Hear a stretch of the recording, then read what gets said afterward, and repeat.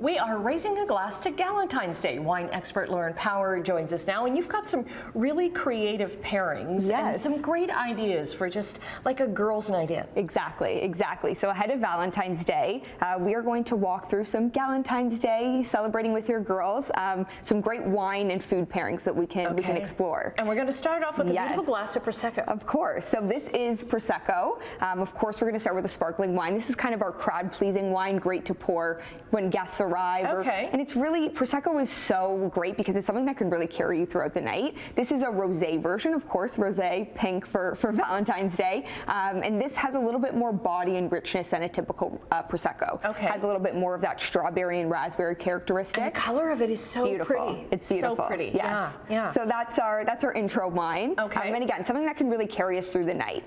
Our next dish here, our first dish, is our charcuterie board. Of course, no girls' night is complete without our charcuterie board. I call it a meal. Yes, totally. So we have our meats, our cheeses, and here we're going to go with a heavier white wine, something a little bit more bold that can really stand up to the cheeses and the meats. And one of my favorites is the unoaked Chardonnay from Two Sisters, local Niagara winery. Niagara on the Lake, yeah. And this really showcases the complex grape of Chardonnay without that oak aging. So we're still going to get really nice fruit characteristics and even some creamy texture, some nice ginger sensations on the palate. It's a really, really beautiful wine, again, just to sip on or even something to pair with. Okay. Yes. And then we move into, if you're having like a heavier, like a sit-down meal, a pasta meal. Exactly. So here we're working with a pasta, something like tomato-based sauce. And here we're going to showcase another great local variety of Gamay.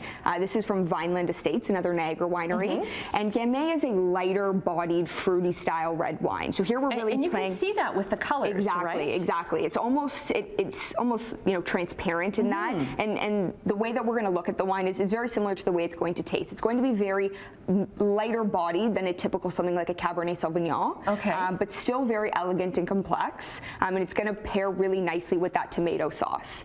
The cherry notes and a little bit of that acidity and tannin structure is great for food pairings. And then, see, I would be happy with just charcuterie and dessert. Or maybe even start with dessert. Exactly, we can totally work our way backwards. Whatever. But with this, you've paired it with a deeper red wine. Exactly. So here we have our desserts. No Valentine's Day. Of course, you have to have chocolate on Valentine's Day, right? So here we have our cupcakes, or really any dessert. And here we have an Amarone. This is from Winery Cantina di Negrar. This is a really great, bold Italian red wine. And that's a really special red wine, isn't it? Exactly. And here we're really playing with the complementary flavors of the cupcake. So, those mocha flavors, the rich, really, decadent taste, we're going to have very complementary same flavor profile in this wine. So it's really going to work beautifully together. Honestly, this Amarone could be a dessert in itself. It's such a decadent and rich wine. It's very lovely to pair with, or again, have as kind of a nightcap. Now, if you were hosting, would you have all these different, of course you would, because you're a wine expert, and your friends coming over would expect that. Of course, yes. But would you do that? Yeah. So I think always having a white and a red option is a great idea.